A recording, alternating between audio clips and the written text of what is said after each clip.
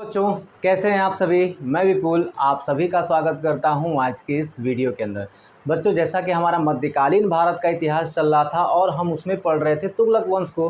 अब तुगलक वंश का जब अंत होता है तो हमने देखा कि किस प्रकार से तुगलक वंश की जो स्थापना है या फिर तुगलक वंश का जो अंत है, उन सारे शासकों को पढ़ते हुए हमने कल के वीडियो में देखा था बच्चों। ठीक है, अब उसके बाद जो है आज के सेशन में पढ़ने वाले हैं सैयद वंश, और इससे भी आपके एग्ज़ाम में क्वेश्चन बनने की संभावना रहती है बच्चों। ठीक है, आप बहुत सारी किताबों में देखेंगे तो उतना डिफाइन नहीं किया गया है, थोड़ा सा 2-4-10 पॉइंट दे करके लोग आगे बढ़ गए हैं। लेकिन मैं आपको सैयद वंश की पूरी कहानी बताऊंगा, किस प्रकार से तुगलक वंश का विनाश होता है और किस प्रकार से यहाँ पे सैयद वंश की स्थापना खिज़ खां के द्वारा की जाती है बच्चों। ठीक है, तो सबसे पहले याद रखिएगा कि आपका तुगलक वंश का जो सबसे अंतिम शासक था बच्चों, ठीक है ना, तुगलक वंश का सबसे अंतिम शासक जो था वो नासिरुद्दीन महमूद था बच्चों। नासिरुद्दीन महमूद था, और इसी के काल में जो है खिज़ खां पंजाब प्रांत का सूबेदार हुआ करता था। और पंजाब प्रांत के सूबेदार होने के कारण अब उसके दिमाग में ये आया कि क्यों ना हम क्या करें कि तुगलक वंश को विनाश के ओर ले जाएं, और तुगलक वंश का यहाँ से विनाश करके क्यों ना मैं खुद राजा बन जाऊं। इसके दिमाग में ये था बच्चों। तो इसने जो है मध्य एशिया के शासक तैमूर को आमंत्रित किया तुगलक वंश पे हमला करने के लिए, यानी दिल्ली सल्तनत पे हमला करने के लिए। अब ये तैमूर लंग कौन है? अगर चंगेज़ खां के बाद बच्चों सबसे कोई क्रूर शासक अगर कोई हुआ तो वो तैमूर लंग था बच्चों, क्योंकि मध्य एशिया का ये शासक था और धीरे धीरे उसने अपने तलवार के दम पे पूरे मध्य एशिया के ऊपर जो है कब्जा कर लिया था। ये इतना क्रूर शासक था बच्चों कि लोगों की गर्दन कटवा करके उसका दीवार बनवा देता था, वो गर्दनों का दीवार। अब इसे ही समझ सकते हैं कि ये कितना क्रूर शासक रहा होगा। अब ध्यान दीजिएगा, जितने भी दिल्ली सल्तनत के शासक थे या फिर आप तुगलक वंश के बारे में बात कर लें या उससे पहले के, ये सारे इस्लाम धर्म के सुन्नी समुदाय से ताल्लुकात रखते थे। लेकिन वहीं जो कह सकते हैं कि खिज़ खां था पंजाब का सूबेदार, वो शिया वंश से ताल्लुकात रखता था। और चंगेज़ खां के बाद अगर आप देखेंगे तैमूर लंग की, तो तैमूर लंग भी जो है बच्चों वो भी शिया वंश से संबंधित था। इसलिए उसने जो है एक वैचारिक और धार्मिक जो है संगठन बना करके तैमूर लंग को जो है दिल्ली पे आक्रमण करने के लिए मना लेता है बच्चों। और तैमूर लंग के बारे में थोड़ा सा जान लीजिएगा, इसका नाम तैमूर लंग क्यों है? लंग का मतलब ये एक पाँव से थोड़ा सा लंगड़ा था बच्चों, इसलिए इसे तैमूर लंग की उपाधि दी जाती है। ठीक है बच्चों, तैमूर साम्राज्य की मध्य एशिया में इसने स्थापना किया था। और जब भारत पे ये आक्रमण करता है लगभग 1398 के अंदर, याद रखिएगा तैमूर लंग ने भारत पर 1398 में आक्रमण करता है बच्चों। किसके बुलाने पे? तो ये आमंत्रित करता है खिज़ खां उसको। तो याद रखिएगा 1414 तक जो है तुगलक वंश रहता है, लेकिन 1398 से 1399 तक जो है वो दिल्ली पे आक्रमण करता है। और भारत पे पहला आक्रमण इसने मुल्तान के ऊपर किया था। याद रखिएगा 1398 के ऊपर भारत में पहला आक्रमण इसका मुल्तान के ऊपर था, और धीरे धीरे ये बढ़ते हुए दिल्ली की तरफ पहुंच गया। जैसे ये दिल्ली की तरफ पहुंचता है बच्चों, तो तुगलक वंश का जो अंतिम शासक था नासिरुद्दीन महमूद, ये जो है जान बचा करके गुजरात भाग जाता है। याद रखिएगा ये जो है जान बचा करके 1398-99 में क्या होता है बेटा, गुजरात चला जाता है। और गुजरात जाने के बाद अब जो है तैमूर लंग का आक्रमण पूरी तरह से दिल्ली के ऊपर होता है। देखिए तैमूर लंग ने, बहुत सारे लोग कहते हैं तैमूर लंग ने इसका पीछा क्यों नहीं किया। बेटा पीछा क्यों करेगा, वो तो केवल लूट मार के लिए आता था और वो धन लूटता था और चला जाता था। ठीक है ना, उसकी कोई मंशा नहीं थी भारत के अंदर साम्राज्य को बढ़ाने की बच्चों, क्योंकि उसका खुद ही एक बहुत बड़ा साम्राज्य मध्य एशिया से लेकर के और क्षेत्रों पे था उसका। ठीक है, तो आप देखेंगे कि जब नासिरुद्दीन महमूद गुजरात भाग जाता है 1398 में, तो बेटा ये तब तक नहीं आता है, मतलब 1414 तक नहीं आता है। लगभग ये 13 सालों तक, 12-13 सालों तक जो है बिना किसी सुल्तान के दिल्ली में तुगलक वंश चलता रहता है बच्चों। याद रखिएगा बिना किसी सुल्तान के। अब याद रखिएगा कि जब महमूद तुगलक के नाम पे, लेकिन शासन कौन करता है दिल्ली में? दौलत खां। मैंने आपको बताया जब ये भाग जाता है बेटा, तैमूर लंग का जब आक्रमण होता है दिल्ली के ऊपर, तो एक बहुत विनाश का माहौल रहता है।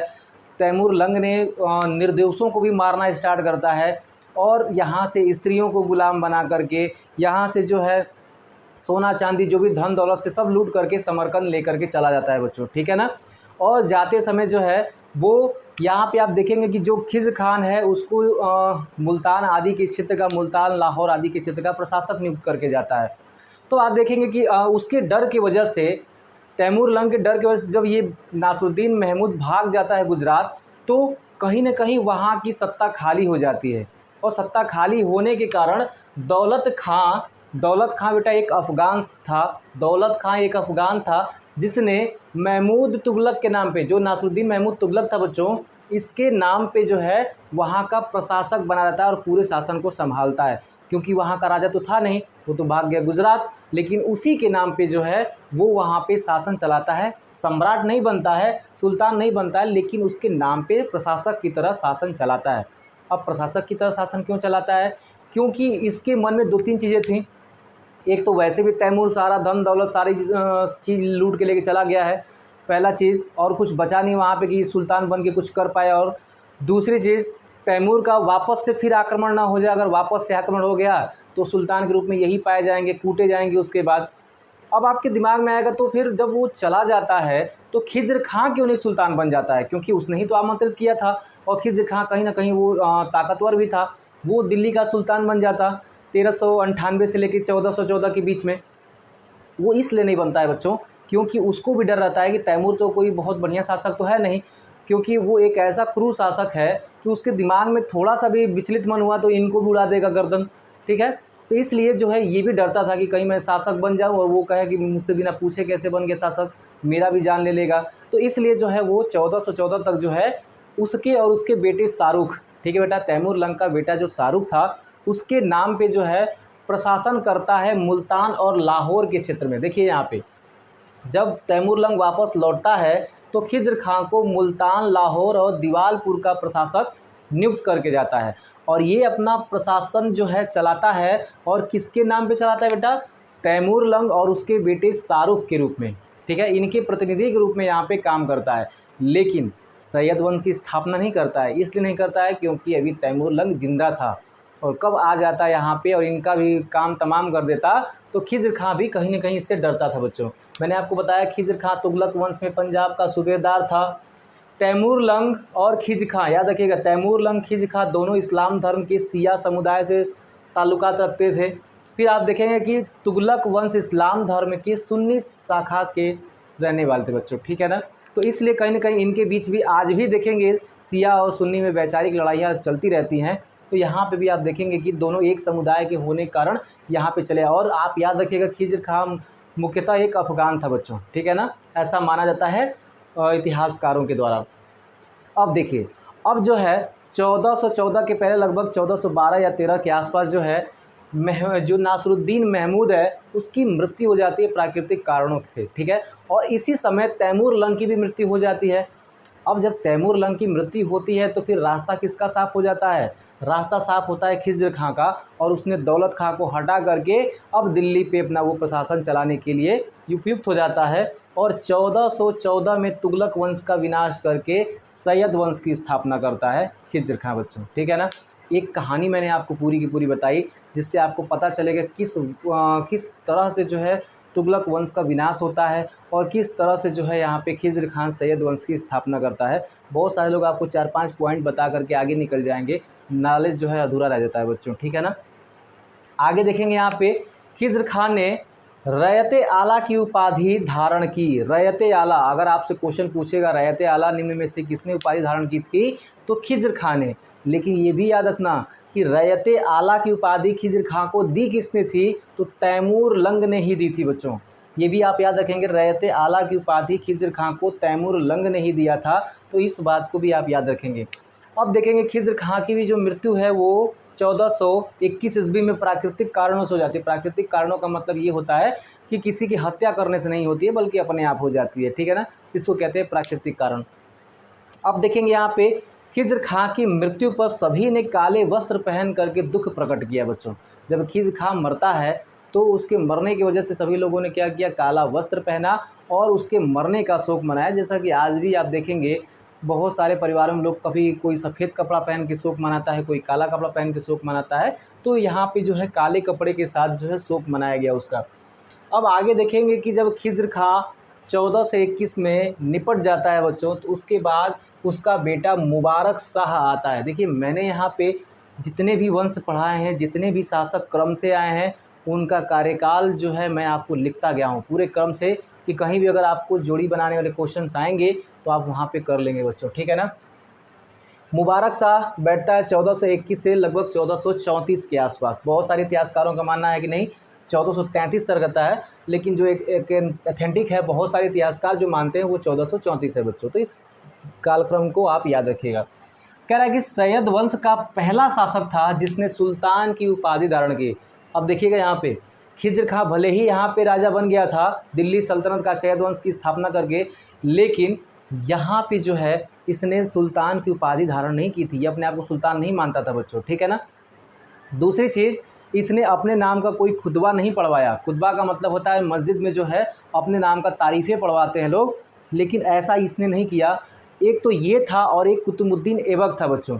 इन दो के बारे में आज तक कभी खुतबे नहीं पढ़ाए गए बच्चों। मैंने आपको बताया भी था फिरोज़ शाह तुगलक ने खुतबे पढ़वाए थे मोहम्मद गौरी से लेकर के और फिरोज़ शाह तुगलक यानी मोहम्मद बिन तुगलक तक, लेकिन उसमें केवल एक का खुतबा नहीं पढ़वाया गया था, वो था कुतुबुद्दीन ऐबक। मैंने पिछले वीडियो में आपको बताया था बच्चों। अब आगे देखेंगे आप, तो सुल्तान की उपाधि धारण करने वाला सैयद वंश का पहला शासक कौन है, ये क्वेश्चन आपसे पूछा जा सकता है। तो मुबारक शाह है, खिज्र खां नहीं। बहुत सारे लोग खिज्र खां के साथ जाएंगे, ठीक है ना। और इसने अपने नाम का खुतबा भी पढ़वाया, अपनी तारीफ़ें भी मस्जिद के अंदर पढ़वाई बच्चों, और उसके बाद शाह की उपाधि धारण करता है। ये शाह की उपाधि धारण कर लेता है। उसके बाद अगर हम देखेंगे, इसका एक बहुत ही मुख्य क्वेश्चन जो पूछता है, यमुना किनारे इसने मुबारकबाद नगर की स्थापना कराई थी। मुबारकबाद नगर की स्थापना किसने कराई थी?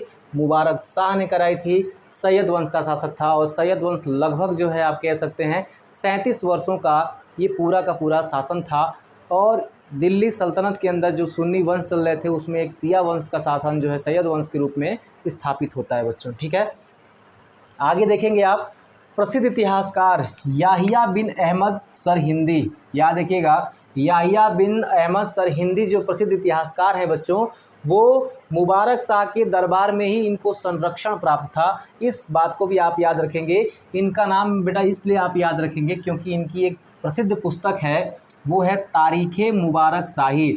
अगर आपसे पूछ दिया जाए तारीख़ मुबारक शाही किसकी पुस्तक है, तो वो सरहिंदी की पुस्तक है, जिनको पूरा नाम क्या है बेटा? याहिया बिन अहमद सरहिंदी। उनको लास्ट नाम से ही बहुत लोग जानते हैं सरहिंदी के रूप में, लेकिन उनका पूरा नाम मैंने यहाँ पे लिख दिया है याहिया बिन अहमद सरहिंदी बच्चों, ठीक है ना। याद रखेंगे, सैयद वंश का सबसे योग्य शासक अगर कह लें तो यही था बच्चों, ठीक है ना। सैयद वंश का सबसे योग्य शासक मुबारक शाह ही था, जिसने अपना शासनकाल जो है 1421 से लेकर 1434 तक चलाता है, ठीक है। उसके बाद देखेंगे तो उसके बाद जो है उसका उत्तराधिकारी बनता है मुहम्मद शाह।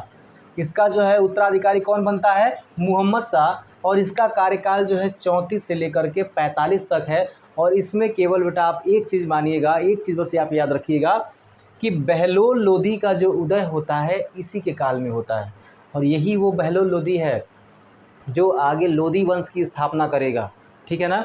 और लोदी वंश जब पढ़ेंगे हम लोग, तो लोदी वंश के बाद सीधे अब जाएंगे कहाँ पे? हम लोग पहुँच जाएंगे मुग़ल साम्राज्य की तरफ, क्योंकि इब्राहिम लोदी को ही हराकर बाबर जो है मुग़ल साम्राज्य की स्थापना करता है। तो आप याद रखेंगे कि लोदी वंश के उदय का कारण कौन था? ये मुहम्मद शाह था, जिसने बहलोल लोदी को क्या कर दिया था? अपने सेना में नियुक्त किया था बच्चों। और बाद में जो है इससे अनबन भी हो जाती है इनके शासकों का। तो आप जब भी देखेंगे कि जिस वंश की उत्तराधिकारी या सत्ता कमज़ोर होती है, तो उन्हीं के प्रशासक, उन्हीं के सेनापति जो हैं उनमें से खड़ा होकर के उनकी हत्या करके, उनको हरा करके एक नए वंश की स्थापना कर देंगे। जितना कि हमने गुलाम वंश से अभी तक पढ़ते आया है, तो इन सब में हमने क्या देखा कि कहीं ना कहीं गुलाम वंश के अंदर काम करने वाला व्यक्ति जो है अगले वंश की स्थापना कर देता है। उस वंश में काम करने वाला व्यक्ति जब देखता है कि उस वंश का क्या है, कमज़ोर सत्ता चल रही है, तो वो खड़ा होकर के उसका विनाश करके अपना वंश खड़ा कर लेता है। तो ऐसे ही चलता आ रहा है बेटा, ठीक है ना। तो यहाँ भी देखेंगे बहलोल लोदी भी जो है मुबारक शाह के अधीन काम करता था, इसी समय इसका उदय हुआ था। अब आते हैं इसके लास्ट शासन के बारे में कि सैयद वंश का सबसे अंतिम शासक जो है वो अलाउद्दीन आलम शाह है बच्चों, जो कि 1445 से लेकर के 1451 तक जो है यहाँ पे राज करता है दिल्ली के अंदर। अब यहाँ पे एक चीज़ याद रखना है कि अलाउद्दीन आलम शाह ने आलम शाह की उपाधि ग्रहण की थी। आलम शाह की उपाधि जो है ग्रहण की थी इसने। और इसका जो वज़ीर था, याद रखिएगा, इसका एक मुख्य वज़ीर था हमीद खान। इससे इसका जो है वो अनबन हो जाता है बच्चों। और हमीद खां के अनबन के कारण हमीद खां आमंत्रित करता है बहलोल लोदी को कि आओ और दिल्ली पे आक्रमण करो, मैं तुम्हारा साथ दूंगा। समझे। और कोई भी सत्ता कमज़ोर इसलिए हो जाती है क्योंकि जब उसका सैनिक विद्रोही बन जाता है। हमने इतिहास में यही पढ़ा कि किस प्रकार से पृथ्वीराज चौहान हारे थे, किस प्रकार से आगे हम पढ़ेंगे सिराजुद्दौला हारा था अंग्रेज़ों से। इसमें बहुत बड़ा कारण है कि उनके सेनापति जो हैं किसी अन्य लोगों से जा कर के मिल जाते हैं, जिसकी वजह से साम्राज्य की सारी कमजोरियों का पता उस विरोधियों को पहुंच जाता है और वो उसका फ़ायदा उठा करके साम्राज्य पे अधिकार कर लेते हैं। और फाइनली जो है बहलोल लोदी यहाँ पे सैयद वंश का विनाश करके वो लोदी वंश स्टार्ट कर देता है। तो बच्चों इसको हम अगले वीडियो में देखेंगे लोदी वंश के बारे में, ठीक है। तो आज का वीडियो कैसा लगा है कमेंट करके ज़रूर बताइएगा। अगर वीडियो अच्छा लगा है तो लाइक शेयर करके, अगर चैनल पर नए हैं तो चैनल को सब्सक्राइब कर लीजिएगा। आपने बहुत धैर्य से सुना, धन्यवाद। जय हिंद।